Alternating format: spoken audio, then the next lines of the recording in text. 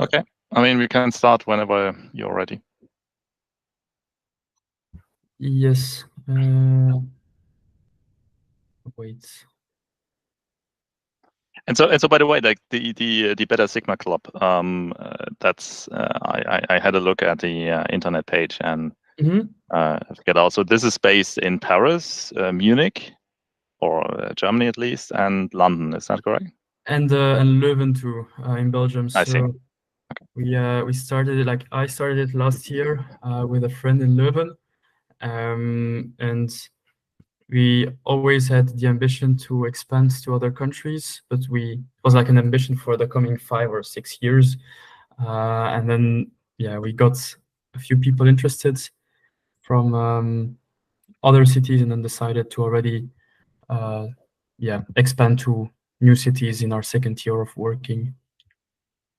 Yeah, So perfect. I mean, the it looks very good. So so it's basically about like exchanging ideas and posting job offers and things like this, sort of networking and some academic exactly. exchanges, I guess. Exactly. And what we are now trying to install within the club is to come together on like twice every month, where people share something about what they know. So it's like it ranges from someone giving a lecture about options market making to someone giving a very practical workshop on Git and how to work with Git. That's something someone gave in Leuven, just to make sure that we learn from the other members, because we all have different backgrounds but the same interests, and we can all benefit from that because we have like physicists, computer scientists, engineers, and all with different knowledge. And by sharing ideas, I think, it could lead to something great. Yeah. I mean, I think this is a very good idea. To do both the technical stuff and the academic stuff. Both are very important. I'm just gonna a little bit play around whether maybe you might use the PDF. Okay. Because for some reason the PowerPoint will use both of my screens, and then I don't see you guys anymore, and I don't see myself, and it's a bit disturbing. That's okay. If you wish to use the other way to present, that's perfect. Yeah. Then we are ready to start. Are you introducing the speaker, or? You do see my screen, right? Just to make sure that. Yeah, perfect. Cool.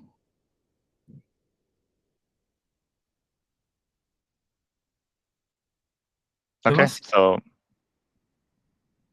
Thomas, you're on mute. Do you want to say some words, or? Yeah, should we go? Yeah, we will start. Okay, very little speech. Hi, everyone. Thanks for being with us tonight. Today we have the pleasure to be with Julius Bonart for a talk on quant research and focusing on industry and differences between industry and academia. So thank you very much, Julius, for accepting our invitation. And so you said you'd talk quickly about your CV, but I had planned a little presentation too. So yeah, sure, go ahead. I mean, in the big lines, you did your PhD in statistical physics. Correct me if something is wrong.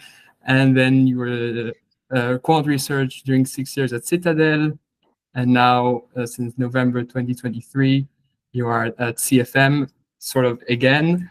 And you also co-authored a very nice book on microstructure, which is trades, quotes, and prices, which I recommend to everyone here.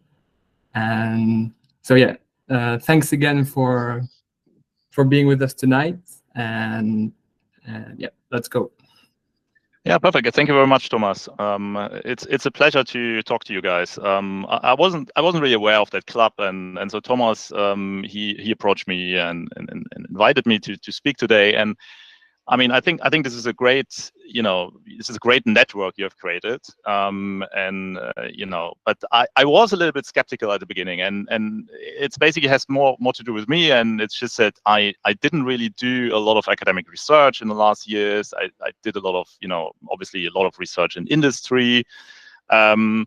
And so, when Thomas said that, for example, Kevin Webster had talked to you about one of his impact models or impact research, I was like, I'm not sure if I want to present one of the papers or one of the research ideas I have, But then I thought maybe actually this is a good opportunity to do something a bit orthogonal, and I'm not sure, if it's going to be interesting. But what I have in mind is a talk that will be both probably more abstract or more high level, or let's say more abstract than what you guys are used to, and at the same time be much more concrete on some other aspects, right? And specifically, what I want to talk about today is what is the essence of quant research. And in general, we would say, well, quant research, that means applying some scientific methods to finance, right? Okay, so far so good. But really, what does scientific method mean? So I would like to talk a little bit about the mindset of a quant researcher. Not so much about like quant research or some methods, some stuff. We all know about this. I mean, these things are in textbooks. I don't want to talk about this today. As I said, I want to do something a bit orthogonal to general academic talk you might be used to. And then I would also like to talk a bit about this application part. Yeah? But what does application mean? But what are the tasks of quant researchers in industry actually? What are we doing the whole day, really? And then what does finance mean? Like, what is the world and the life of quants in the financial industry like? Okay.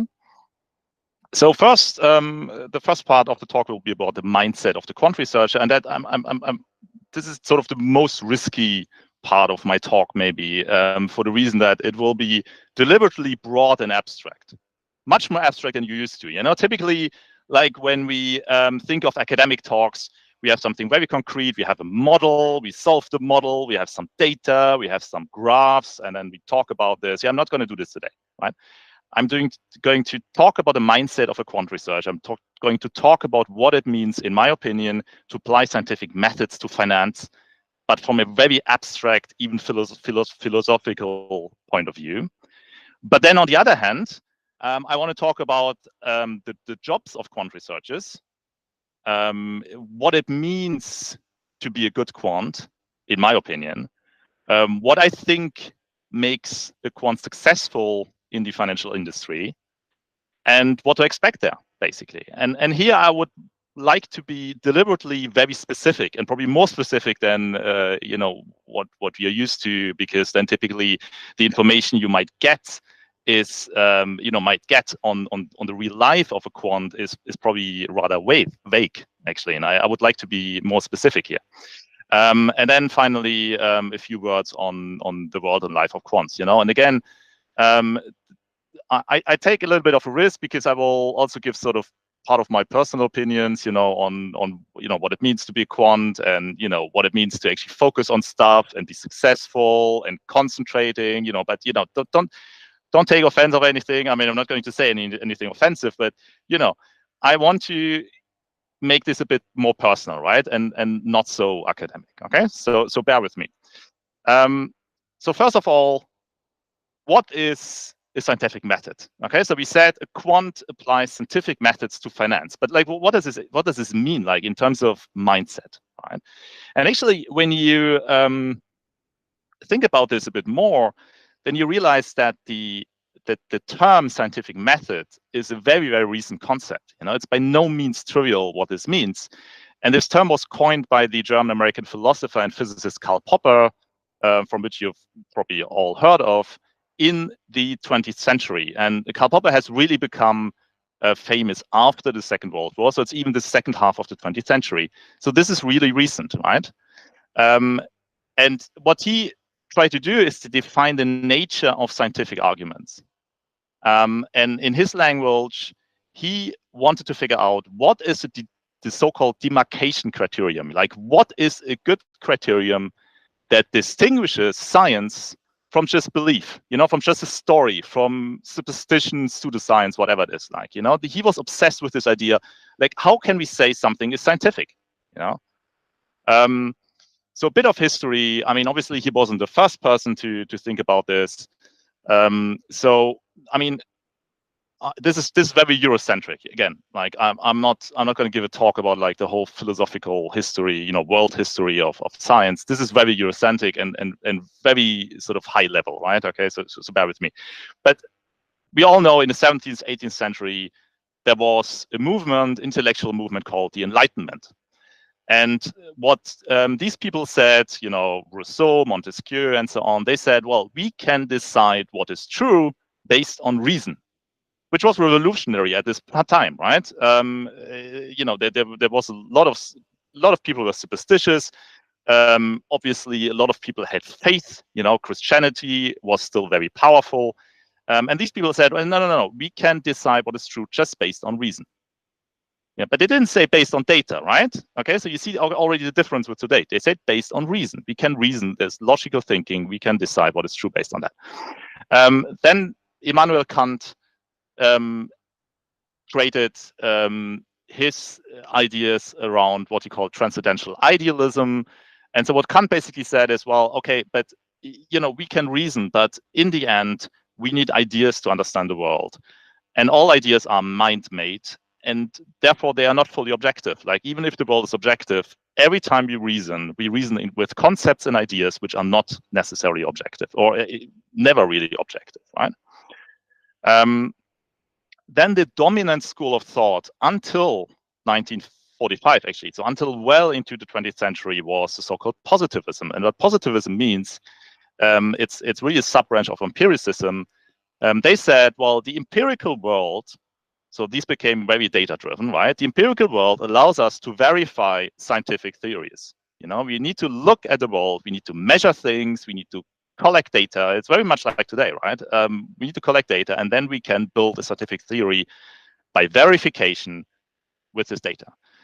And like the most modern, or one of the modern thought on what is scientific theory then came from Karl Popper, and he said, no, you cannot verify anything. You can only falsify. Okay, so what does that mean?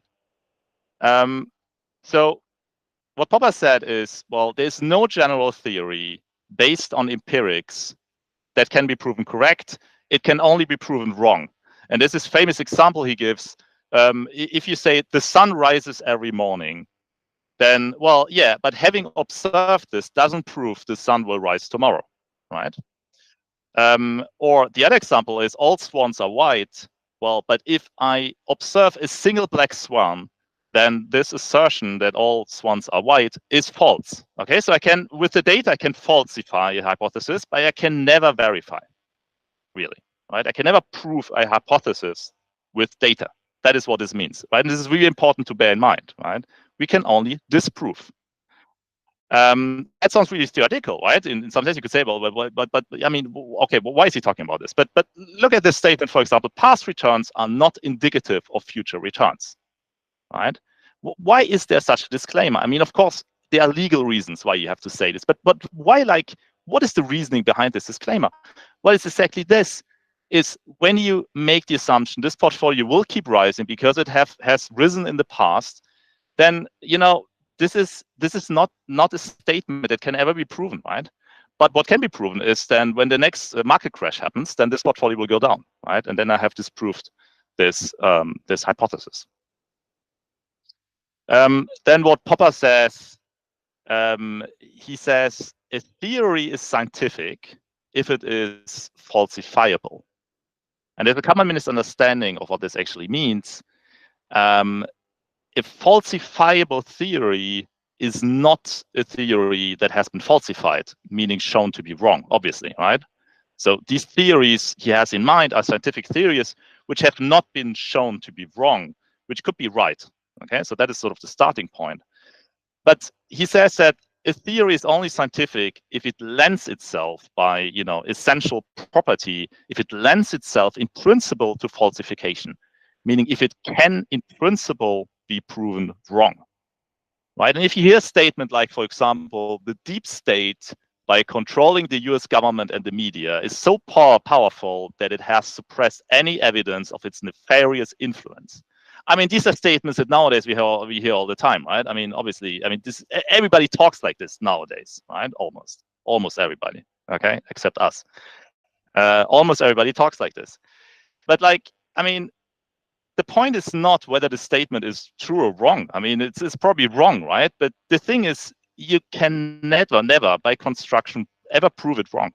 Right? By construction, the statement says, you know, there's some world conspiracy which suppresses all evidence. So you can never prove that wrong. And all sort of pseudoscientific arguments are based on a sort of, let's say, are constructed in such a way that they are not falsifiable. Okay, so this really distinguishes science from non-science. It's not so Popper. This is very important. Popper doesn't say a hypothesis is scientific if it's true. You need to keep this in mind. There are things that are true which are not scientifically provable. Okay, he says a hypothesis needs to be such that an experiment or observation or some evidence could, in principle, prove it wrong. So remember, beliefs must be testable to be scientific. If you want to call your beliefs or your hypotheses scientific, they must be testable. They must be falsifiable. But this doesn't mean that a scientific belief is necessarily true. Okay. And then he has a third point on simplicity that which follows from sort of the second point, that the theory is more scientific if it's more susceptible to falsification, because in that case, it's all the more astonishing that the theory has not yet been falsified. Right? So what he means by this is, if I make sweeping predictions with a very simple theory, and that very simple theory that explains everything has not been proven false, then it's really astonishing, right? And that theory then is great, you know, and has a lot of scientific value. This is basically what he says. And he says, like, also beware of ad hoc hypotheses. An ad hoc hypothesis is an additional assumption that you might add to your theory to deal with so-called exceptions. You know, and let me say, you like, just from experience, this happens all the time. We all do this. Maybe not as a student or in the academic world, where you can tailor your problems in such a way that there are no exceptions anymore, right? If I assume a Gaussian IID distributed random matrix, then there are no outliers, right? But you know, if you look at real data, and real data is always 99% correct, and then 1% it's wrong, or it's, you know, it's corrupted or something, then they are sort of outliers. But you don't know really if these outliers are important or not, right? And then people start making ad hoc hypotheses. They will say, well, okay, but maybe something happened during this time, and this is why the theory doesn't work on Mondays between 8 and 9, right? Or something like that. Yeah. Beware of ad hoc hypotheses. If you need additional assumptions to deal with so-called exceptions, then that's generally a bad sign. You need to justify this. And what this basically means is that all else equal, the simpler explanation is the better one. There's already, you know, known as Occam's razor after 14th century scholastic philosopher, and it reappears, you know, under many disguises. So, for example, also in all these Sherlock Holmes novels, you know, if you're into that. And so we can understand now what Popper means a bit paradoxically when he says the best scientific theory is, amongst all theories not yet proven wrong, the unlikeliest one, the most astonishing one, the most surprising one. Okay, so let's get to something slowly a bit more specific. Okay, so all of what I talked about is called epistemology. It's the science of truth, so to speak. So what is there to say about truth today? Like, what do we take home from this discussion? Well, there are two main problems with Popper when it comes to finance, or in general, like real life. Okay. Because I believe, I'm a physicist, right? But I believe that physics isn't so successful because physicists are geniuses. It's not because I'm so smart that I made progress during my PhD. And everyone else is dumb, and this is why there's not as much progress in other disciplines, right? It's because the physics world is based on very, very tight constraints, so-called natural laws. You know, energy conservation. And probably a lot of people, you know, part of you who did physics, you know this, you know, thermodynamic laws, you know, things that cannot be violated, right? And so basically, when you write a theory and your hypothesis in physics, you need to check all these cases, like, you know, does it conserve energy? Does it conserve momentum? Does it do this? Does it do that? Is it relativistically, you know, expressible? Is it quantifiable? Is it blah, blah, blah? You know, and then there are not really many possibilities anymore, right? So in the end, you end up with probably no theory at all. You know, most of the time, a theoretical physicist, I did theoretical physics, doesn't come up with a theory that actually is, you know, acceptable. In that sense, you know, and then if in the rare cases where you can come up with two competing theories, well, yeah, then you can do an experiment and decide, right? But this is the Popper world. This is not how it works in finance or in economics. In the real world doesn't have these fixed guiding principles, right? We don't know, right? You know, what is, you know, what is reasonable, meaning that basically anything can be argued for. I can, you know, you can take any hypothesis. I will find good arguments for this hypothesis. You know, this is why there are debate clubs. This is why debates in society, in politics, are never ending. You know, it's not because these people are stupid. It's just there are arguments for everything. And the problem is that in real life, and of course in industry, only a limited number of experiments, if any, can be performed for such an arbitrarily big set of hypotheses. So if you want to interpret the real world, find explanations for why things happen, and make rational decisions based on that, the question is, how can we ascertain that we are being reasonable or scientific? Like, Popper won't really help us, right? We cannot do these experiments he talks about. We cannot really falsify, right? So there is a second epistemology, and this is, I don't know if you know The Good Wife, you know, the US television show. Yeah. So, you know, it's a what is this called in English? A court drama, right? A lawyer's drama, you know. But it's actually pretty realistic, I've heard.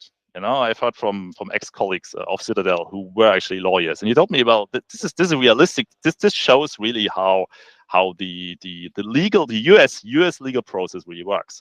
And there's something in the US legal process called the discovery process, right? And that basically means that there's evidence is collected, and then discovery process stops, and then there's a jury, and then this evidence is submitted to the jury, and the jury then needs to decide whether somebody is guilty. So let's say, you know, the prosecutor has brought forward the hypothesis that I am guilty. You know, Julius is guilty. This is our hypothesis H, and there is evidence E. Okay, and you're the jury, and you now need to decide. You know, there has to be some logical rule, let's say, connecting the evidence E with the hypothesis H that I'm guilty, right? And the question is, like, what are you going to do? And now you see the problem, because that is real life, okay? The real life is the evidence is what it is. We are not physicists anymore here. We cannot do experiments. The discovery process is closed. See my point, right? A Popper would say, well, change E, you know, do an additional experiment. Collect more data. Very often we cannot do that, you know, and there's a lot of talk about big data and stuff, and there's so much data, you know, but it's not true. There is not so much good data, you know. When you work in the industry, you realize the data is what it is, and you have to do something with it. Okay, so then what are you going to do? So is H true or is H false? So surely the first thing you might want to check is whether the evidence E is consistent with H. That's sort of the minimum thing to check. Like, is the evidence consistent with the hypothesis that Julius is guilty? Okay, I wrote this like this, yeah, with the tilde. So let's assume that it is. Okay, then what now? You say the verdict is guilty or not? Is this sufficient? Anybody wants to say yes or no? I mean, the answer is probably no, right? But does anybody know why? Or does anybody has an idea, like, what actually the jury should check in addition? Some logical rule. Okay, so this is the first obvious thing. Like, obviously, if the evidence contradicts the guilt, then, I mean, the case is over, right? but it's not sufficient to speak a guilty verdict. Yes, Jutta. You could, for instance, check whether there are other paths which can lead to the same outcome. Yeah, that's, I think, the correct answer. So let's formalize this a little bit. Exactly, exactly. So we said E being consistent with H is not sufficient. You also need to check whether E not being consistent with not H. Okay, so what this means is that basically, to prove exactly what you said, I think, Jutta, to prove the defendant guilty, the evidence needs to be consistent with him being guilty, him or her, okay? Bear with me, okay? Him being guilty, and the evidence needs to be inconsistent with him being innocent. You need to check both. And this is actually what in the American legal system, they tell the jury, It's not sufficient to just say, well, he could have been guilty given the evidence. No, the evidence needs to, you also need to say that if he is innocent, then this is inconsistent with the evidence. And this is, I mean, basically why then so many people who might be guilty are set free, because, in doubt, when there's doubt, then you cannot speak a guilty verdict. Okay, all this to say, there's this small exercise for those of you who want to do this quickly, but basically, use some of these operators to write down Popper's epistemology in a similar way. It's not the same. It's not the same, right? It's different. This is the courtroom epistemology. Okay, and what I think is that this is a very, very good rule of thumb in real life. In general, it's not sufficient to show that your theory is consistent with the data. You also need to show that if your theory was wrong, the data would have been unlikely to occur. And I think this is such an important point. I mean, this sounds obvious like here, right? But if you remember discussions you have, debates, this is exactly what's going on. Like, you need to show that there's no plausible alternative explanation. And typically a debate in the industry, you have meetings with colleagues, works like this. Somebody says something and says, well, but this explains the data. And then some other person says, no, this doesn't really explain the data, right? It's consistent with the data, but something else could also be consistent with the data. And then it's sort of back and forth, like, is this plausible or not? But very often we have to accept that we cannot decide, right? We cannot decide. We are not physicists in the real world. We cannot do the experiment, right? There's not enough data in reality. Let's do this following exercise. Let's say a stock XYZ has started trending downwards as of 24th February 2022.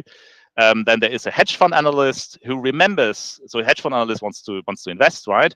And who remembers an article in a German tabloid with the story that the CEO of XYZ had suffered a heart attack a week or so ago. And then the analyst makes frantic phone calls to private sources. He believes that perhaps the CEO has now secretly died. He assumes that a succession crisis inside XYZ is looming. Some select traders could already be privy to that information, while the wider public is still ignorant.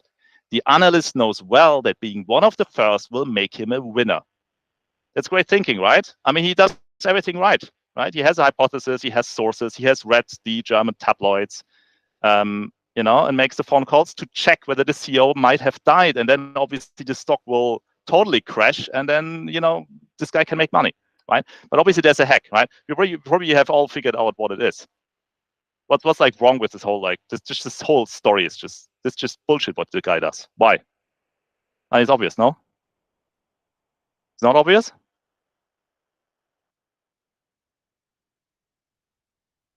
It's based on speculation. Yeah, No, sure. But there I mean, he's an investor, right? Explanation Sorry? for that. Yeah. So Sorry? there is also a plausible explanation for that. I mean, 21st February 2022. So. Well, what is a plausible explanation? I mean, like, a lot of things were happening on February 2022. Yeah, for example. I mean, start of war.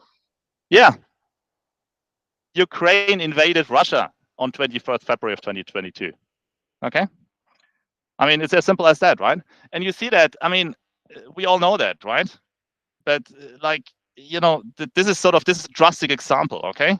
But I mean, in reality, imagine things are a bit more subtle, let's say, okay?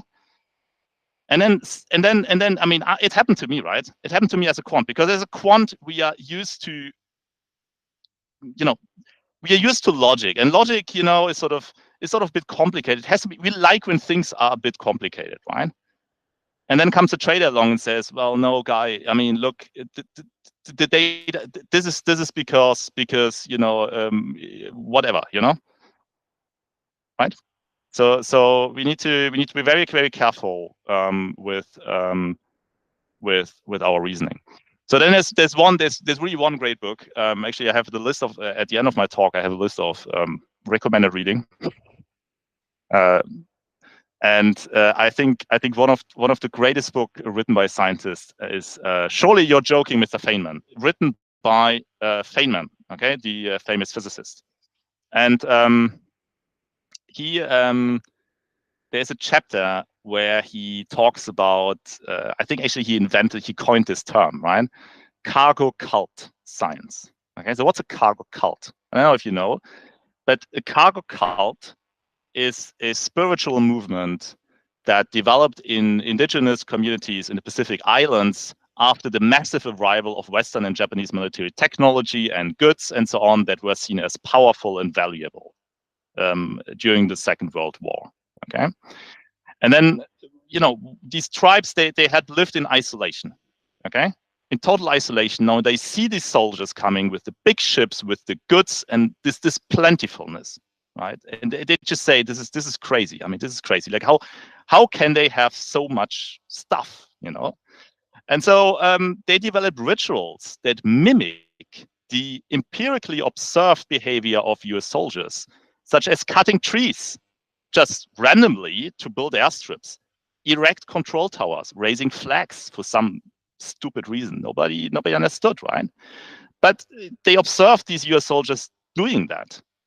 And so these rituals, they mimic these rituals and performed them in the hope of attracting more cargo deliveries and attract the abundance and prosperity that the Westerners seem to possess. I'm not making this up, right? I mean, I'm not blaming any. I mean, I'm not saying they. My point is the opposite, right? They were empiricists. They looked at the data. They could never have interpreted this right. I mean, if you have lived in total isolation, and then you see, I mean, it's like we, and then there's some alien ships coming, and the aliens just do some stuff, right? Which we don't understand. Imagine. Then you would say, well, maybe if we emulate or mimic their behavior, we get to the same point. I don't know, And this is what they did. They raised until today. I'm not sure if it's until today, but for years they raised flags. They built airstrips. They played, tower and plane come. Bring us more cargo. We laugh about that because we understand that this could have never worked, right? But the thing is, they just observed a pattern and then reproduced. I mean, try to perpetuate this pattern. And this is what we do in data science. We observe a pattern. If you do machine learning, a black box, you do a neural net. This neural net has learned a pattern and will hopefully reproduce this pattern, and we just believe that this thing makes sense. But I mean, it could be just a cargo cult, right? This is my point, okay? And so what Feynman says, even Feynman doesn't. This is a really important point. This is not. I'm not talking about this for us to feel better, right? In some sense, because they did something dumb. My point is the opposite, because Feynman says, beware of so-called science that resembles a cargo cult. Don't yield to the appearance of scientificity like methods and jargon when deep understanding is lacking. And I don't know if you notice, but if you read articles from pharmacology or in the psychometrics literature, or sometimes also sociology, and they do all these statistical methods like p-values and so on. I mean, come on, very often you feel you have. I mean, as a physicist or as a mathematician, you feel, you see it, that they lack a total understanding of what they are doing. But they do it because the textbook tells them you need to check for p-values or stuff like this, right? So it's another anecdote. Okay, so then there are signals, then there are stories, and there's myth telling. Okay, and so the classic hedge fund analysts and many traders have an impressive talent for stories. So they will always say, well, the price of some stock went up and down because something else happened. And there's so many stories like that. You cannot make them up. When you're a quant and you're a physicist, you're just there and you just say, yeah, maybe, I don't know, but does the data prove it? And they just say, no, I don't need data. I have experience. I have wisdom. Stories in finance are always about causality. And now the thing is, the data studs produce correlations typically, right? So hence data scientists need stories too to convert correlations into causality. We also tell ourselves stories in the end, but we don't really admit it. So beware of your vocabulary. Don't say an event triggered something if you've really only measured what's followed by. For example, I'm not, again, this example, I'm not making this up. I read an article today or yesterday that used this wording, which is wrong, right? Which is a story which might be true, but maybe not. Correlation is not causality. So we may want to apply some epistemological rules to distinguish stories from myths, but there remains a problem with stories. I'm not against stories per se, but there remains a problem with stories because what distinguishes the modern quant from the classical analyst is that the quant recognizes the ubiquity of noise.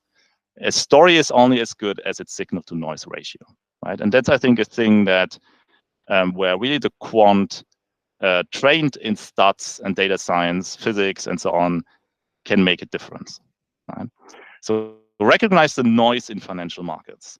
So there's a very famous example. Probably most of you know this paper. It's the let's say the Bouchot critique of the capital asset pricing model.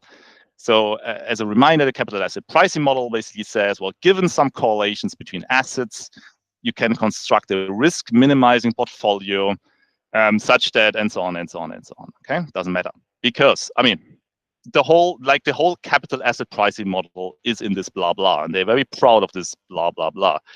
And Jean-Philippe Bouchot, 1998, says, well, this is all sweet, but we don't know the exact correlations between assets. Like sort of the starting point of this whole theory is already flawed, right? And I'm citing from his article. When you construct assets, you've probably all seen this. You need to compute something called a correlation matrix. And stating his paper on this correlation matrix, the smallest eigenvalues of the correlation matrix are the most sensitive to noise. On the other hand, it is precisely the eigenvectors corresponding to the smallest eigenvalues which determine, in Markowitz's theory, the least risky portfolios. Meaning, if you build really a portfolio according to Markowitz theory, according to the capital asset pricing model, it will be horrendous. It will be so wrong, okay? Because it will be totally dominated by noise, killing these small eigenvalues and the eigenvectors associated to that, right? And the way you can mathematically formulate this is through random matrix theory. You construct your correlation matrix, in that way, and then you make the null hypothesis that what would you observe if all these correlations were just random? You just take two Gaussian distributions, you compute the empirical correlation. You know that the true correlation is 0, but for a finite data set there will be some empirical correlation, and then you compute the eigenvalue spectrum of this matrix, this correlation matrix, and you get this plot here. And you see that the vast majority, so what he compares basically the null hypothesis of a random matrix with what he observes in financial data. And then he sees that, basically all eigenvalues, this is the eigenvalue density, lie within the null hypothesis.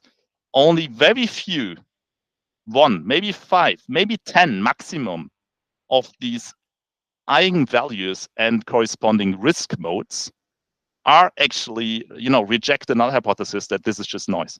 And it's amazing, right? I don't know, you have a portfolio of 1,000 stocks, and from these 1,000 stocks you could build 1,000 eigenvectors, but actually only the five biggest ones matter, right? Because all the rest is just noise. You will never be able to decide if there's something true in it, something real. Okay. So does that mean that quant should ignore stories? And I think no, not really, because in reality there is no noise in the market. And this is obviously now a total contradiction with what I said before. But the thing is, like, most market participants don't make random decisions. You need to keep that in mind too. It's impossible to identify single market participants and reverse engineer their decision rules. So within the tight bounds of our knowledge, the market often resembles a stochastic system. And I think it's important to keep in mind it resembles. It is not in essence. It resembles a stochastic system. So beware, if someone comes along with a specific insight, when you later work in the quant industry and you will talk to people who haven't done a PhD in math or statistical physics, but who became a trader with 22 years and have 20 years of experience, and they will tell you stories, okay? But they might have a specific insight. Don't dismiss this because everything's just supposed to be noise, you know? You have learned that the financial market is noise. No, the financial market is not noise. There is no noise, okay? In reality, it just looks like noise. Okay, it's very important to keep in mind. So I personally, actually, I have rarely seen instances of overfitting, right? Things where sort of the noise was exploited in some weird way, some overfitting. What I do see is non-stationarity, meaning, you know, specific events, stories, and sloppy backtest engines, meaning that any model would be fitted on wrong assumptions in the first place. But that's sort of that's a different topic, right? Can delve into this a bit later. So why are there quants? Think of quants and sort of the classic analyst traders as complementary. One will not replace the other. They need to work together. Quants know a lot about math, but next to nothing about trading and investing, whereas the classic trader knows their markets and instruments by heart.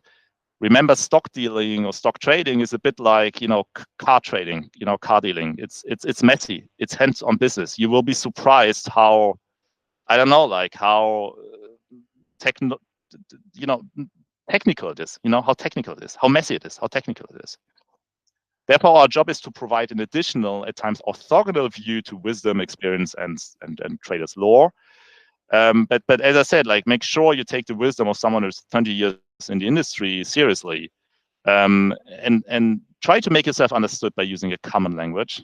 Okay, don't use jargon. You don't do cargo cult stuff, right? You know, you have done so many methods, and then you believe that makes your result robust. Either your result is robust or it is not. But you know, this is a question of the data and the way you think about the problem. This doesn't come with computing p-values, for example, right? Don't take for granted your natural assumptions like zero intelligence, noise, universality. So physicists will do that. And then economists would rather talk about rational expectations of the future cash flow, you know, would find this a very natural assumption for pricing, for example. This is not natural. Nothing of this is natural. This is a very specific, let's say, obsession of very specific scientific communities, right? Every community has their totems. And you know, you need to understand that other people just don't share these priors, right?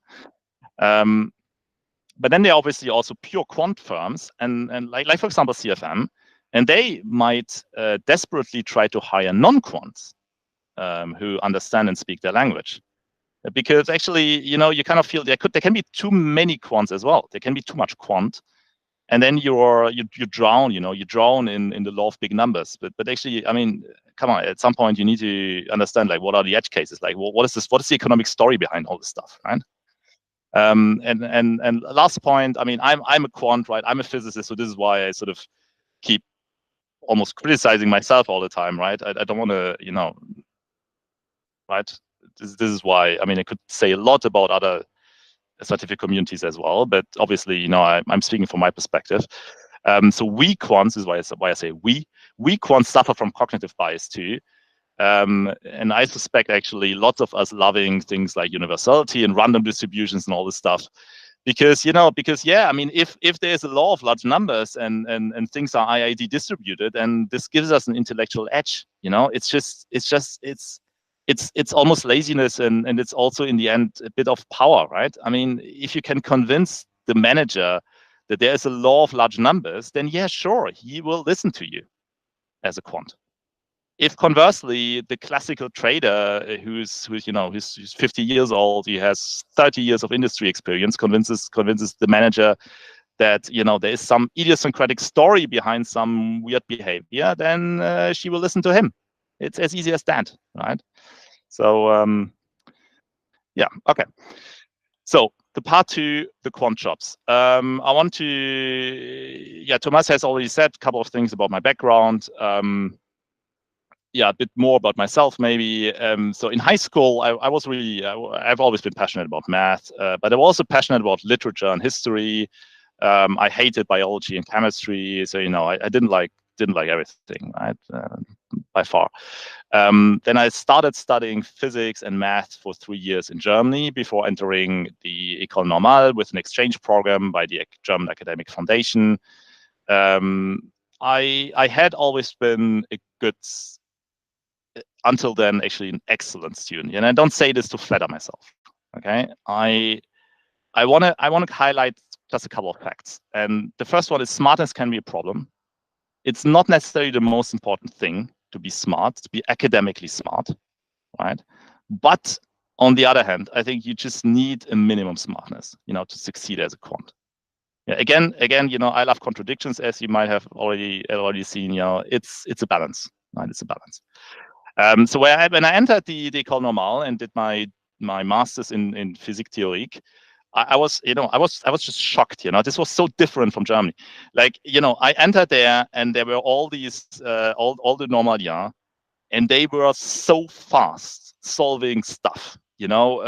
ODEs, integrals. They did this like in 10 seconds, and I was used to I don't know, doing this in 10 minutes or whatever, right?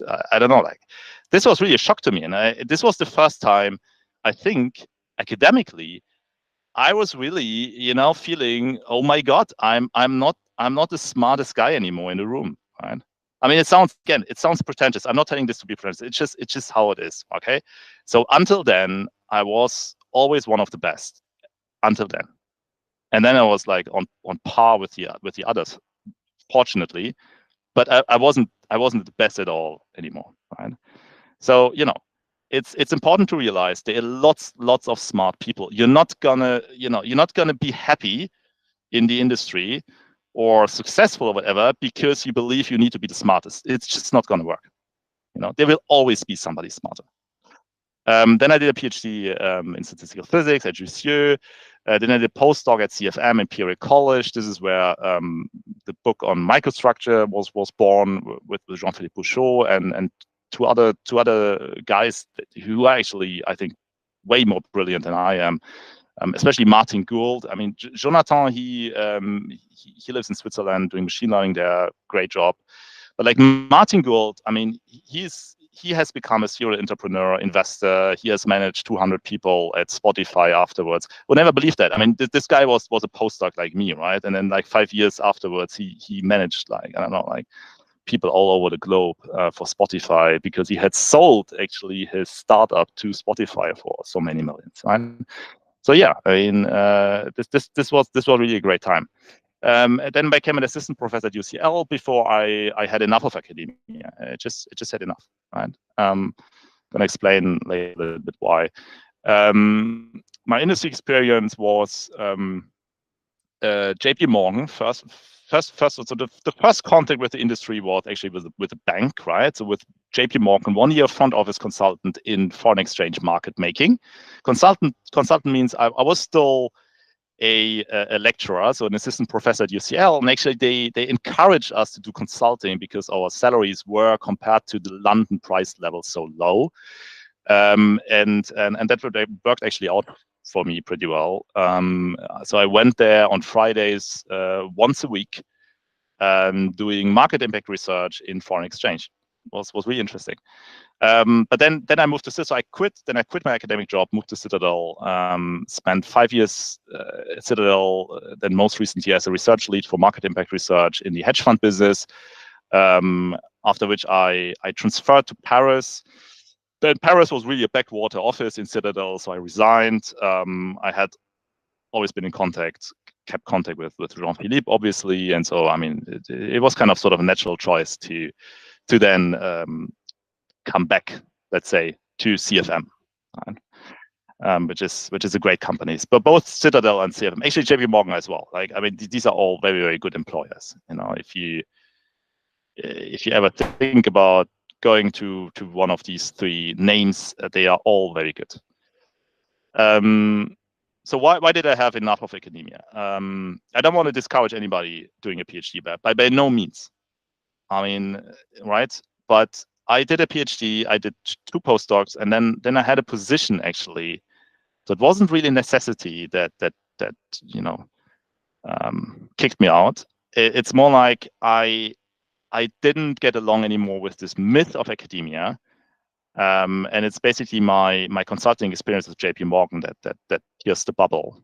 And what I heard all the time, so people tried in academia, try to convince themselves that in academia, you have assembled the smartest people, right?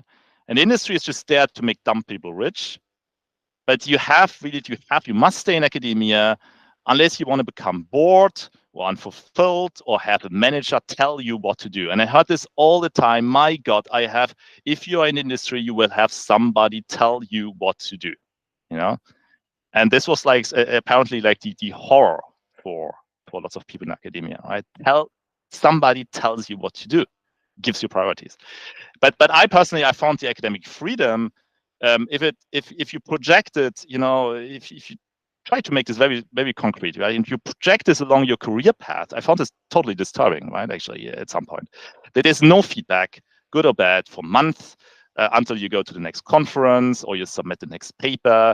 They said there wasn't any time for proper research anymore because of all these faculty meetings, drama with supervision, fighting over funding, paperwork, paychecks way too thin. I mean, it became just, you know, too messy, you know. And actually, I think that translating business goals, you know, formulated in plain English or plain French, whatever, you know, but with plain language into math, this is non-trivial. You know, somebody tells you something, but there is no variable, no equation in what they say. They say something with words. This is reality, right? Your manager will tell you something with words, with real language. Your job as a quant is to translate this into math. You know, I mean, when you have done your first internship, you will see what I'm talking about. This is non-trivial, right?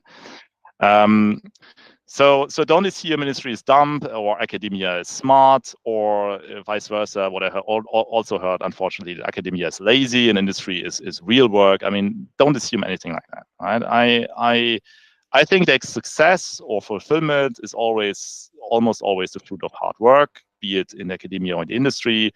And I should never work as much as in academia because I worked all weekends, wrote articles, read articles all weekends. It never stopped.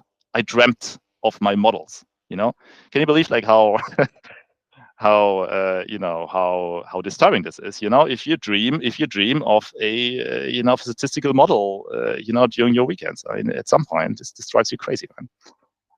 And actually, I never saw people as sharp and proactive, good decision makers as in the industry. So I just think that there are no shortcuts, right? There's no way. What I'm trying to say here is that everybody has to figure out themselves what they are made for, what they are good at, and what they want to do, and what they are made for. And nobody's gonna, give you the shortcut or make this decision for yourself. But it's just how I felt. Okay. So what are hedge funds looking for? So basically, yeah, I mean, the ideal candidate, and this is what you probably have figured out yourself because it's written everywhere. The ideal candidate for quant job should be a quick learner, learning curve. That's the term they always use. Your learning curve should be steep. It should be curious, listener, critical and skeptical. But beware, again, this must cut in both directions. You need to be skeptical with yourself as well, not with the others. Okay? Not just say, well, you are smarter than everybody, you are figured out because you know what the easing model is, right? It needs to cut both ways. Mentally sharp, good at maths and stats. That's kind of obvious. Literate in some programming language, and likable. Likable is kind of important too. I think there are 6 important character traits. Endurance, consistency, knowledge, proactivity, intelligence, and communication. Again, outwards and inwards, meaning you need to listen. You really need to listen to people and think about what people say, even if you, at the beginning, just don't agree or you don't understand, you think it's not relevant and so on. Right? All the stable, well-paid career in finance, you need all of this, I think. Again, this is my opinion, okay? If you lack one, you will run into problems. You're not gonna build a career if you lack intelligence. It's just not gonna work. Yeah, and you're not gonna build a career if you cannot communicate ever what you are working on.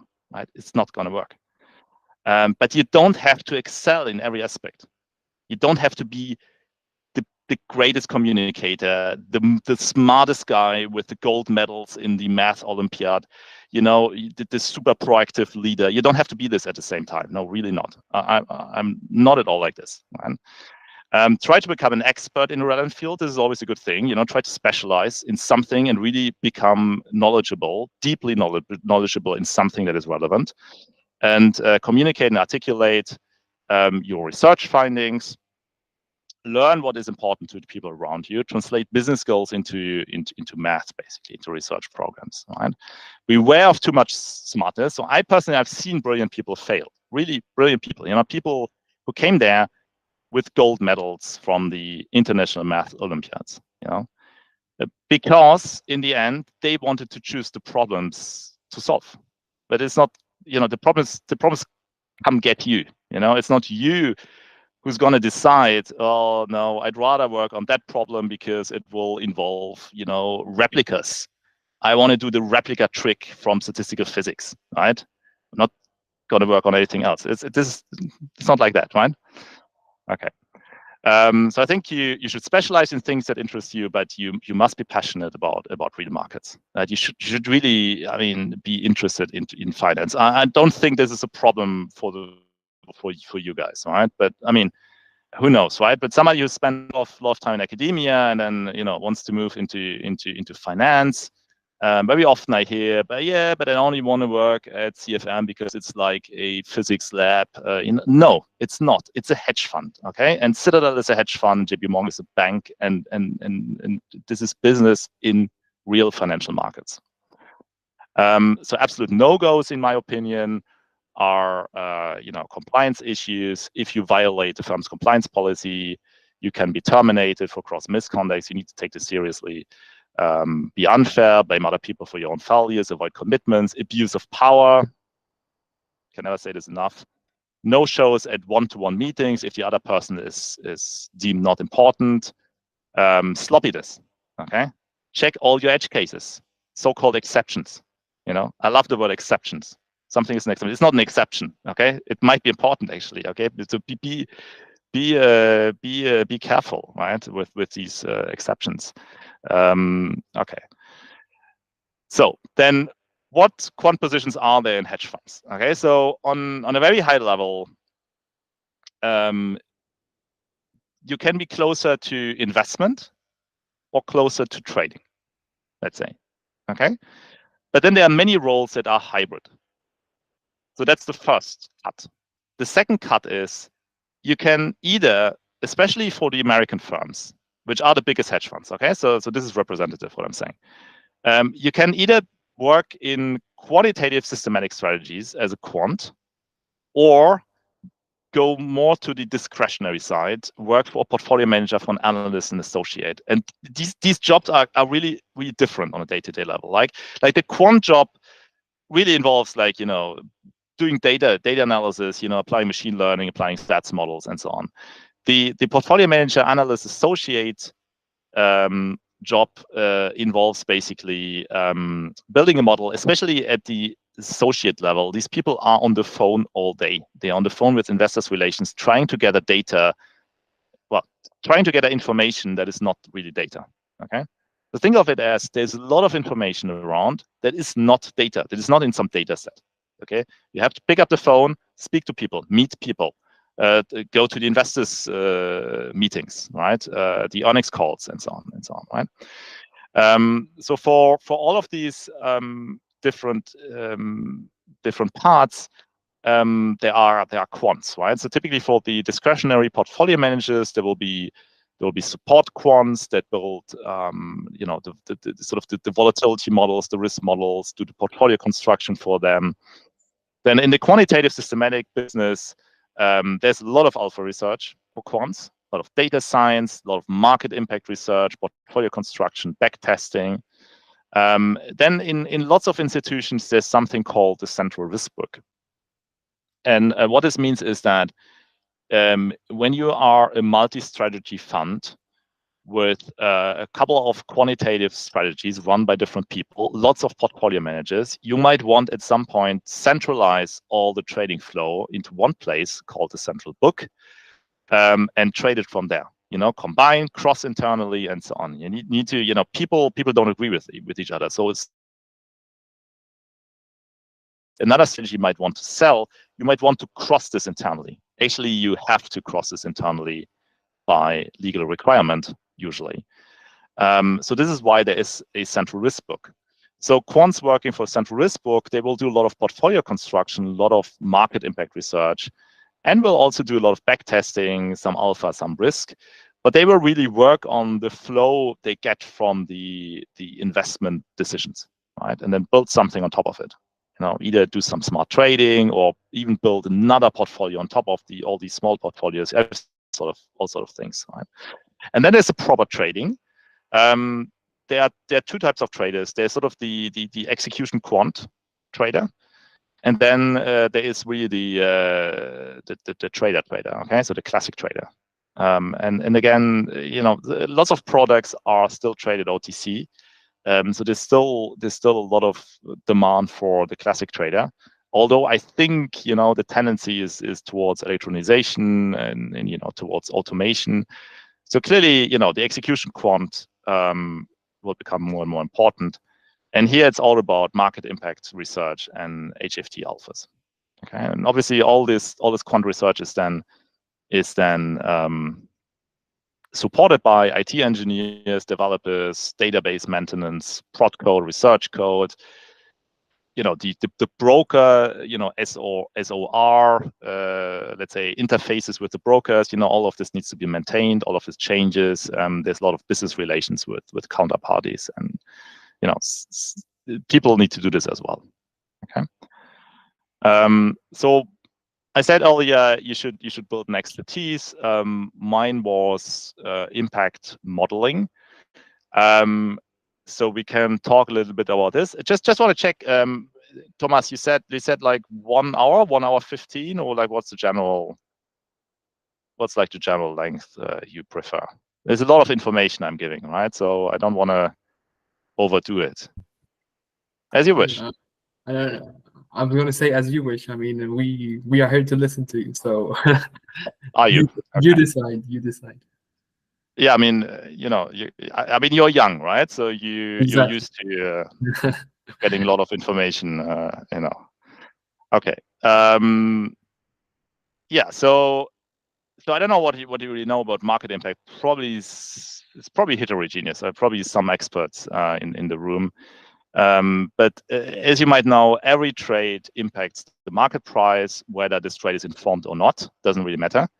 It will impact the market price for the simple reason that any transaction will fulfill some investors' needs, and so the price has to shift afterwards in order to match the new supply and demand. Right? It's just mechanical, basically. Right? And in general, big investment decisions, so-called meta orders, are split into smaller trades and executed during several hours or days. And so one of the most important questions that comes up, like in all parts of the quant business, is how much are you going to shift the price if you execute a meta order of a certain quantity? It's just so important. I'm going to show you why this is so important. So this is the formula, this so-called square root law. It's actually Jean-Philippe Bouchot who found that and has been confirmed on all sorts of things. I confirmed the square root law also on the market making business in foreign exchange. It's crazy, but it works also on the other side, so to speak, right? Where everything is just limit orders and not market orders. But basically it says, well, you take your meta order quantity, take it to square root, normalize it properly by some daily market turnover, whatever, multiply it by vol, multiply it by a prefactor y, and this is the expected price change you will get. Okay. There is another model of impact, which is called the propagator model. It's not the same. Okay, so the square root model is more order centric, and the propagator model is more trade centric. What we do with the propagator model is we try to figure out the time dynamics of our trading. The time dynamics of the price impact from our trading, and And here we will introduce some function g that is typically decreasing in some way, power law or exponential. Again, multiplied with the prefactor and with the volatility, and then multiplied with our trade quantity at each time. So this is now a function of time, right? So this is a whole schedule that might last hours or days or whatever. Again, probably normalized. So these are really the two models. I mean, I'm not giving here, a market impact lesson, but these are the two models you really need to know, right? So everybody talks about these. These are really used, okay, both of them. Okay, so it's a good thing to, but because you seem to have heard of the microstructure book, trade quotes and prices, this part here is probably not a big problem. Right? So why are successful hedge funds not infinitely big? Why then don't they just put more and more and more and more capital on the good strategies? Right? So why? Is it because people don't want to give them money? No. All successful hedge funds basically need to refuse new investors. They keep refusing. Investors want to invest? No, it's closed. Why? Well, it has a very simple reason, and this is called capacity constraint. And this is again very, very important. If you are able as a quant to change the capacity of a strategy, so we're not talking here about Sharpe ratios or anything, or about predictability or R-squared values or whatever, or MSE. We're talking about capacity, how much capital you can put on your strategy. This question can be much more important than all the statistical metrics. Okay, so imagine you have a quantity Q to invest, and you have some alpha signal alpha. Then your raw P&L will be just your expected raw P&L will be just alpha times Q, right? What will be the impact costs? Well, if you go back to the square root model, we kind of need to integrate over this. This is easily done. So you will get something like 2/3 times some prefactor, I forgot the volatility, times Q to the power of 3/2. Okay. So your net P&L will be raw P&L minus impact.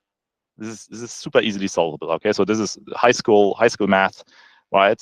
What you get in the end is that your total impact cost will be 2/3 of your raw P&L, and your net P&L, the thing you take home at the end, will be 1/3 of your raw P&L if you are at optimal capacity. I optimized this function, right? I computed the maximum of the P&L, right? So you see what I'm getting at, right? So funds have a lot of alpha researches, but so I did market impact research, and when there comes sometimes a point when a firm realizes actually how much this is worth or how much this costs, and as a general rule, we should say that for these big funds, for big strategies, the total impact costs are at least as big as net P&L. Like if a fund has a net P&L of 500 million, then they have also just lost 500 million over the year in impact costs. Okay, and if you go there and you make, you tweak your impact model and make it better by a couple of basis points, then that's a lot of money already. Okay, so this is why this is so important. Okay, this is the capacity constraint. There's another constraint for fast strategies. So for those of you who are more interested in the higher frequencies, so fast strategies are typically limited by linear costs, the bid-ask spread or fees or something like that. So again, we can write a very simple P&L. This is much simpler than what is used in reality, but it kind of on a high level is more or less correct, corresponds to reality. So again, we have alpha times our quantity Q. We have some risk or some impact penalty, Q squared. And then there's this linear cost, right? Spread times the absolute value of Q. Because it doesn't matter if you buy or sell, you need to pay this bid-ask spread, you need to pay the fees anyway. Okay, so you can again optimize this, and you find this so-called banding solution, which is given by this expression here. So meaning that the optimal quantity to trade is scales with the inverse risk. Okay, so far so good. But then it will only give you a non-zero value if the alpha is bigger than the spread. or the fees in this case. Okay, and you really should think of your alpha signal as some stochastic variable with a distribution. Sometimes the alpha is big, sometimes it's small. Now, if you have this linear cost constraint, it means that only the tails of your alpha will actually or can lead to trades. We can only trade on this alpha if this alpha is big enough. Okay, and so it means that these linear costs lead to a sparsification of opportunities in such a way that yeah, you might have a fast strategy, but unfortunately, you're not going to trade this fast strategy very often if it's not damn good. Okay, and this is why so many ideas fail. Yeah, let me tell you this as well. Like so many alpha ideas fail because of these cost things. Okay. It's just at some point you're gonna, as a quant, if you do alpha research, you're gonna obsess with the costs. You're gonna obsess with capacity. You're gonna obsess with the costs. It will become so important that you will day and night think about how can I beat the costs. You know, not so much about ideas, but kind of then sometimes how do you combine them, how you sparsify them. Yeah, so what kind of alphas are there broadly? So typically successful alphas are often combinations of some directional features, right? So think of directional features, something that has a sign, like you have observed a certain flow, and so you believe that subsequently the price will move up or down, and some conditioners. For example, observing mean reversion after a high vol period. So the conditioners are unsigned. This can be like when the vol is high, then something happens, right? So there are technical alphas like price, LOB, flow data to forecast returns. It's always good to go into the messy and the muddy. Like everything that is messy, everything is difficult and messy for everybody. Like the competitive edge is where the problems are not nice. Okay, this is sort of a general rule, right? So every time something is kind of not necessarily difficult, not necessarily conceptually, intellectually, like interesting, stimulating, difficult, but just messy, not just work, cumbersome, right? Go there. This is where alpha is to be found, generally. And then there are fundamental alphas based on company fundamentals. So the classic analyst coverage work would do that, right? Would build the discretionary strategies on such company fundamentals, on earnings calls, and so on. There is more slower flow data that can be explored, and obviously a lot around earnings, right? So this is when dividends are paid to the stocks. By the way, I'm only talking here about equity. There are lots of other asset classes, but I don't know as much about the other asset classes, right? So okay. So part 3, I'm going to do this quickly. It's only 5 slides. Okay, so bear with me, 4 or 5 slides. It's a bit of like again, like what's the life of a quant, and then some sort of maybe more or less random comments on what I think is just maybe important to know. I would have loved to know this, right, when I was I don't know, 25 years old or something like this, right? So what is a typical career path actually to become a quant in a hedge fund? So I mean, this business is dominated by the US and by the UK, and so there at least, it's very typical that a quant will start as an associate in some good front office, some prestigious front office of a large investment bank. So we'll go first to the sell side. This is just a typical way it works, right? And they will stay there until the vice president or executive director level, and then at some point hedge funds will get interested in you. This is what I've seen. Like this applies maybe to 80% of the quants I had seen at Citadel. CFM is a bit different, right? It depends, but CFM is not a US fund, and in that sense, maybe not as typical. So then there's also a direct entry from the campus in forms of internships. This is very common in the US, very common in London. So these internships are, I'm not talking about like, short interns. I'm talking about internships after the master's degree, very often during doctoral studies. These internships are very well paid, and the goal here is to keep you if you perform well. So think of it as not as a stage, like in France, where people just do stage, and never get a permanent position. These internships are there to open you the door to a permanent position. It's just that the firm doesn't know you, doesn't want to take the risk, hiring you into a permanent role, and then I don't know, it doesn't work out or whatever, right? And these internships are there for 6 months. I've seen at Citadel at least, I've seen it very often. It's very common that these people then stay in the team. There's also sort of direct campus recruitment to permanent roles. This is rarer, I would say. It depends a little bit on the firm. But for example, at CFM, there's sort of the policy that people should have in general a bit of academic, like lots of academic experience. So at least PhD. I think it has been the rule, like 10 years ago at least, that people must have a postdoc as well. I think it has been a bit relaxed, whatever. But every firm has a bit, their idiosyncrasies. At Citadel, I've never seen somebody being directly recruited without internship into a permanent role directly from the campus, like, bachelor's level or master's level, not going via an internship. I've only seen it once, I think. And this guy was, this international math Olympiad gold medalist I've seen. This was just, you had to hire this guy. It would have been unforgivable not to hire him, but it didn't work out after 2 years. This is also interesting. This guy was too smart in some sense, right? So it is what it is. Remuneration. What have you observed for after the PhD? Is it more common than after the master's degree, or still uncommon?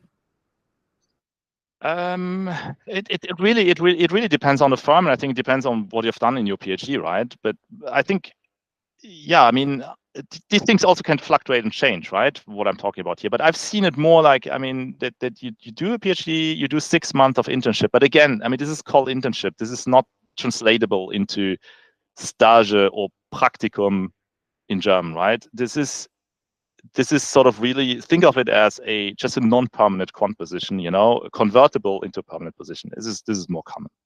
I've seen it. I don't know, but there are exceptions, right? All of this, there are exceptions, right? But I'm just telling you this, like, if somebody tells you, well, do first the internship, you're not going to be surprised. This is basically my objective here, that you're not going to say, oh, no, I never want to do an internship. I did this and this. If this offer comes from a place like Citadel or from JP Morgan, take it. Front office JP Morgan in London, 6 months, and then convertible into permanent position. This is the golden path, right? I'm not saying do an internship for some unknown, creepy firm. I'm not saying that, right? I'm talking here about sort of the good names, obviously, right? There's something actually I didn't write it down, which is super important, which is prestige. It's just true that the prestigious institutions, they're just better in all respect. They pay better, they treat you better, and the work they do is just much more interesting. There's no downside going to a good, prestigious institution, right?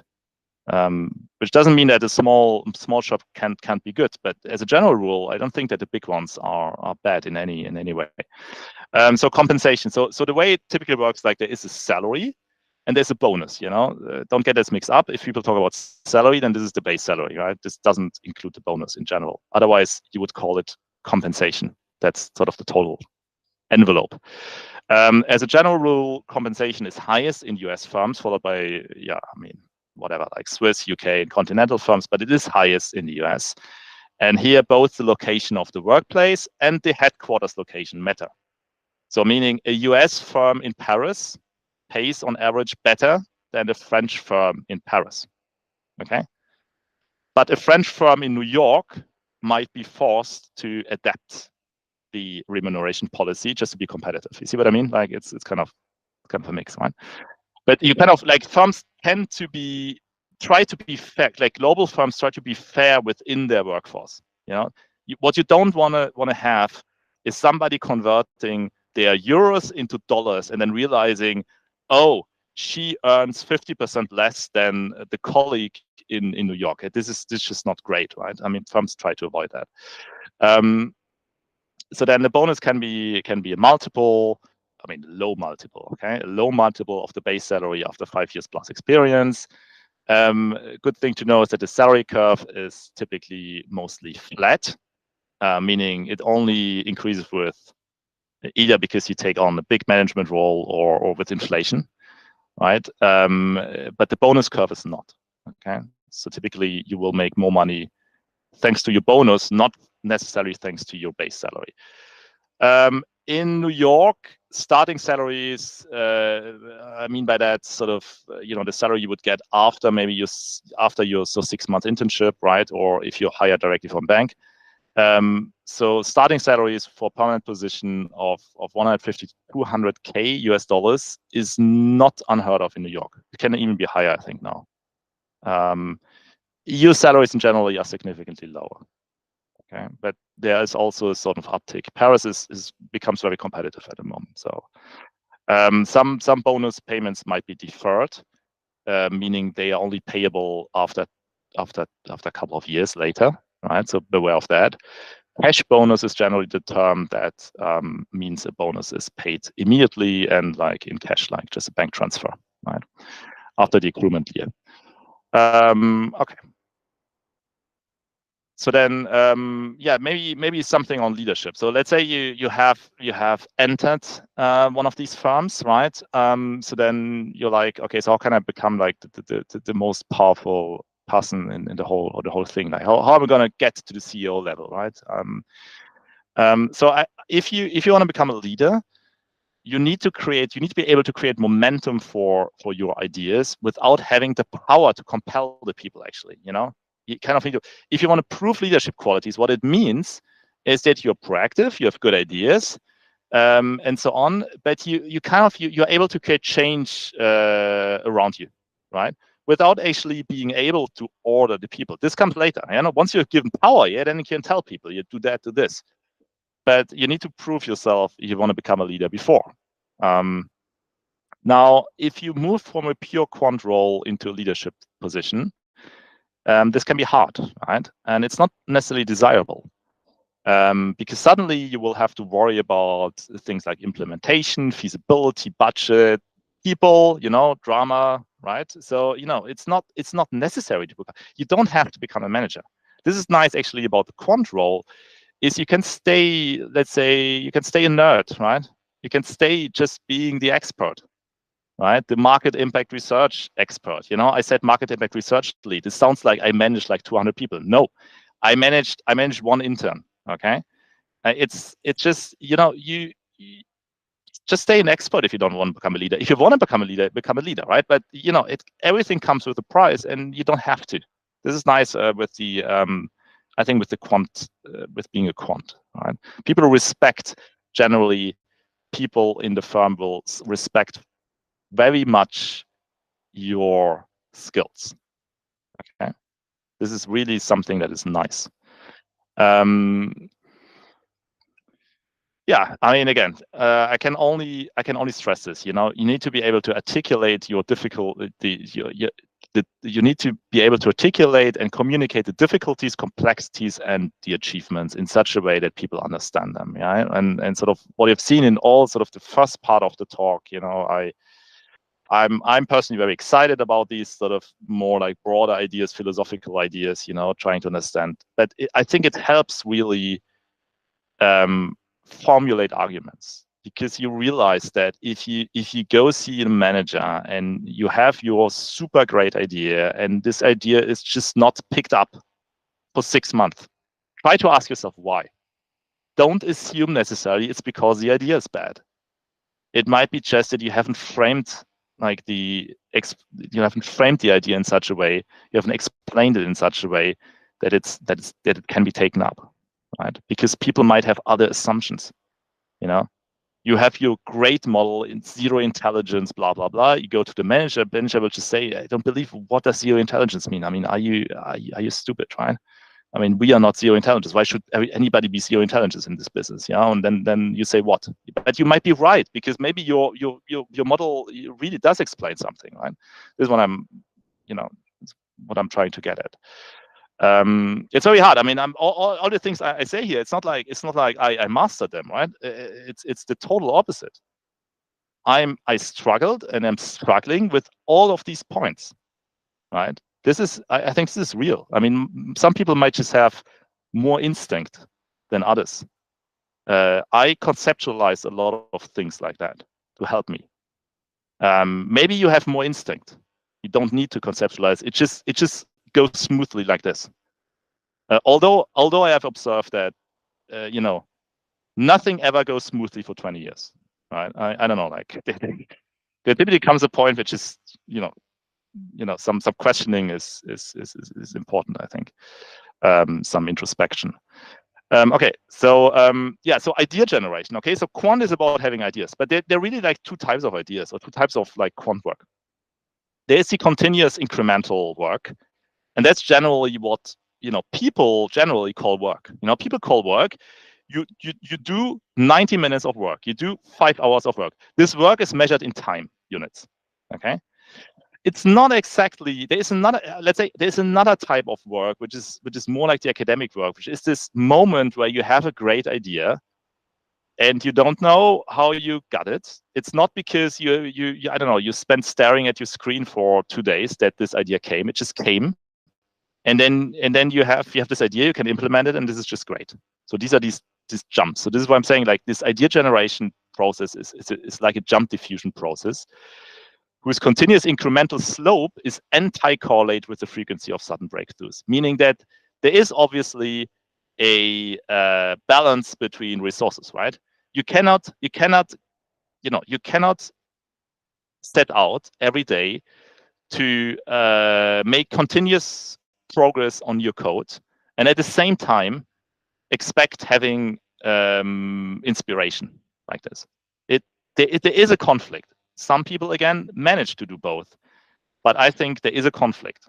Kind of need to, figure out how you want to spend your resources. And the thing is, like, I mean, both the incremental progress and the breakthrough progress are both valued and valuable. And actually, if you're more like this breakthrough person, then you will take a much greater risk, because you will not come up with anything, or you will just get bored by doing the incremental stuff for months and not come up with anything. And then suddenly you might have the great idea or not, right? So you take a risk if you do that. Like, if you're incremental, it's smoother in general, right? But you might have less impact in the end. It depends. Again, I'm not judging, right? I'm just saying, like, I've observed both, and myself, I feel like sometimes I oscillate between the two extremes, let's say. Okay, so balance. Okay, I mean, work-life balance. I mean, this I don't know what this means, but there's something like sort of just mental balance, yeah. And I think, like, one of the things, like sleep, I can only stress this, like, sleep enough. It's something that will get to you in the end.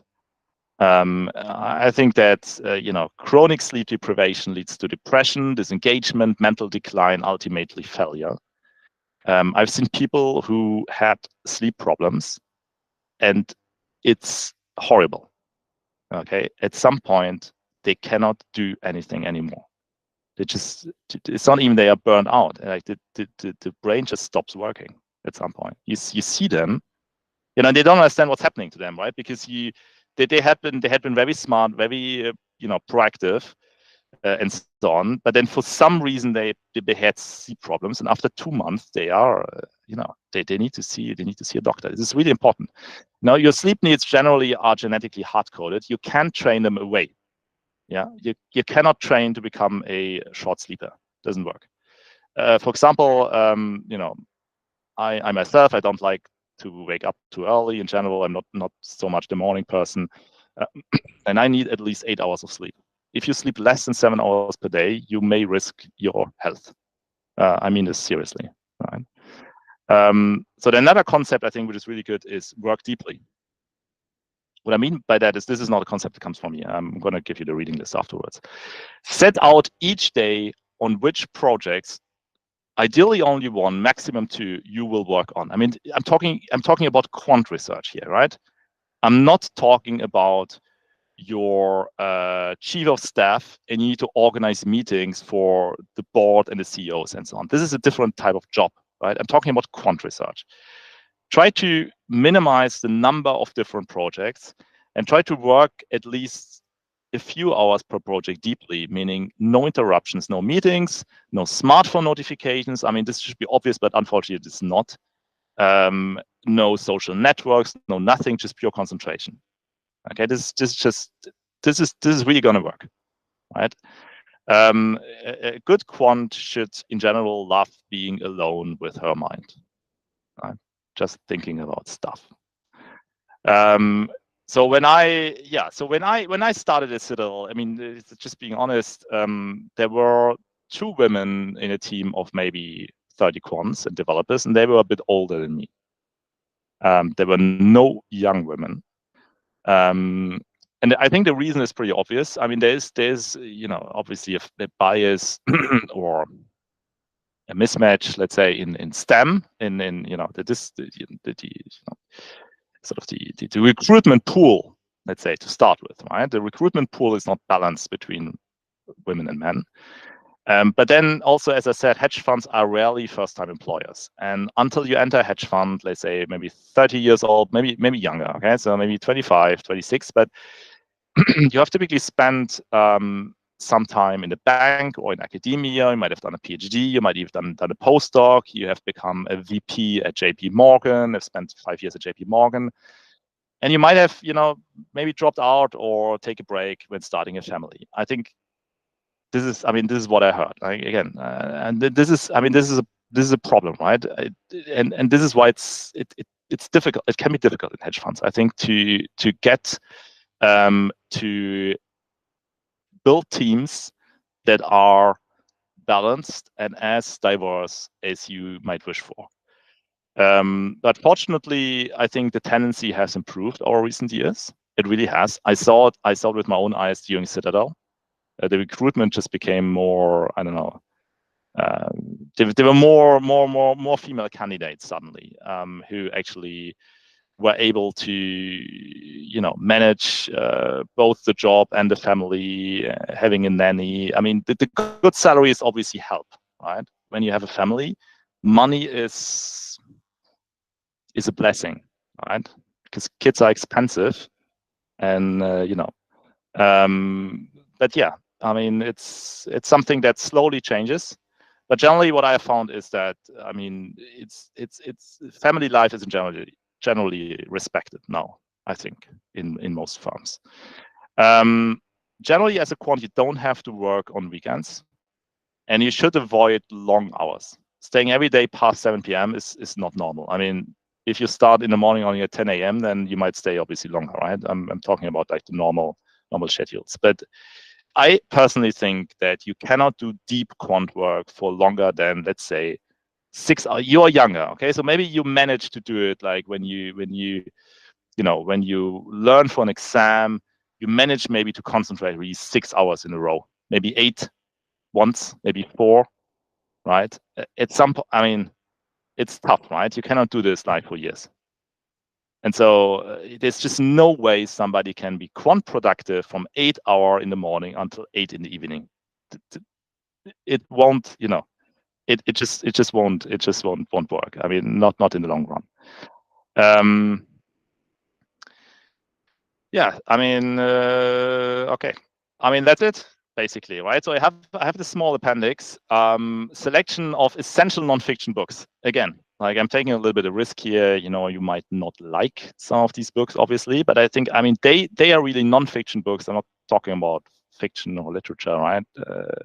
Talking about sort of essays that changed my view on how the world works, not so much finance, or physics. I didn't put here the book I co-wrote, obviously. These are essays that are more, they have a broader scope. So first of all, Nassim Taleb, everybody knows, nobody knows. Yeah, I mean, this is a book that everybody should read, Quant or not, Black Swan. He has written a couple of other books which develop more ideas, but I think the most compelling one is the Black Swan. Another book which I can really, really recommend is The Elements of Style. That's a book, I think it's a very short, I don't know, like 50 pages, maybe 40 pages, written by some American professor in the 20s, 30s, Cornell University, Yale University, I don't remember anymore, for his students at this time, who, in his view, didn't write properly. And by properly, I mean, it's not that much, writing beautifully, but being able to write or to explain things with words in such a way that it's not too verbose, that it's clear, that it's succinct, and so on, right? And this Elements of Style is a book that obsesses with writing in a way that makes every word tell. Yeah, then there is Cal Newport's Deep Work, which can be useful. Matthew Walker's Why We Sleep. This changed my life. Yeah. So why do we need sleep? Read it. It's fascinating. Why do we sleep? Why do we dream? You read this book. I read this book and I thought like it's a like why do I wake up? Like it's so good to sleep. Richard Feynman's Surely You're Joking, Mr. Feynman. And then for those of you who are passionate about these things, Karl Popper, The Logic of Scientific Discovery, whose English version has been published only in 1959. Okay. Next two slides are solutions to my exercise. I think the first one we had solved, right? Russia started its criminal invasion of Ukraine on 24th February of 2022. So all this bullshit about the CEO is just nonsense, right? Obviously. The courtroom versus Popper's epistemology. I mean, I think we're going to stop here, right? I've talked much too long. Sorry for that. But if somebody's passionate about these things, I can send them the slides. Okay, thank you very much. Sorry for the long talk. It ran over. It was very interesting. Thank you. Maybe we will just give some room for one question. Does anyone has one question?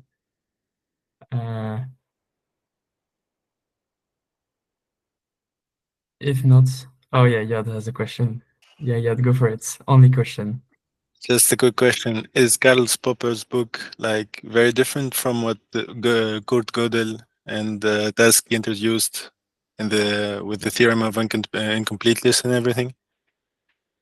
With Gödel's theorem in logic, yeah, it's totally. You're talking about Gödel, the mathematician? Yeah, in the sense that there are some assumptions that are true that can't be proved. Yeah, it's not the same. Yeah, it's not the same. That's interesting you bring this up. Yeah, it's not the same. It's a philosophical book, the Popper book. It's not math, right?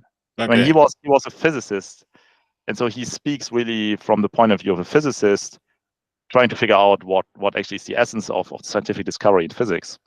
But it's not a logical math book, right? I mean, I think Gödel is. I mean, okay, if you manage really to understand it, it's very good. It's very good for you. But I think and actually Karl Popper, he mentions this. He sort of the essence of the mathematical epistemology is slightly different, right? It's saying something is true in math doesn't, is not, being able to tell something is true in math doesn't translate easily into other disciplines. You cannot prove stuff like you do in math for even physics, let alone economics and so on, right? Yeah, but then Tversky defines what's the meaning of truth inside the language, so yeah, sure. I mean, this generalizes the Gödel's theorem. Yeah, then in the sense. Yeah, if you want. Yeah, I mean, you can. Yeah, you can. Yeah. Yeah, I mean, there are connections, obviously. I mean, it's always the same question, right? Kind of what is truth? I mean, you're perfectly right. I mean, this is kind of the question, and this can be looked at from different point of views. And what I find interesting is that in a courtroom, it's exactly that, right? Limited data, limited evidence. Evidence is closed, and then the judge tells you, you're in a jury, make a decision. Is this guy guilty or not, right? So I mean, and I think that's real life, right? We don't have the resources to do all these experiments that Karl Popper talks about, right? It's just not. Thank you. Yeah, thank you. Then on your own words, Julius, sleep is important. We'll end the call. I see you're tired. I made you tired. Yeah, sorry I ran over. I only had 30 slides, and usually when you do 30 slides, it takes 60 minutes exactly. I don't know. No, that's okay. It was super interesting, and I'm a physicist myself, so it was very nice to see all the bridges that you made with physics. So thanks for that. Also, congrats for the Paris board for organizing this thing. And yeah, thanks a lot, Julius. Okay, thanks a lot, guys. Thanks, Thomas, Thank for the you. invitation. And Thank you. sleep Thank well. you so much. Thank you. Bye. Thank you. Bye. Bye. Have a good night, everyone. Bye.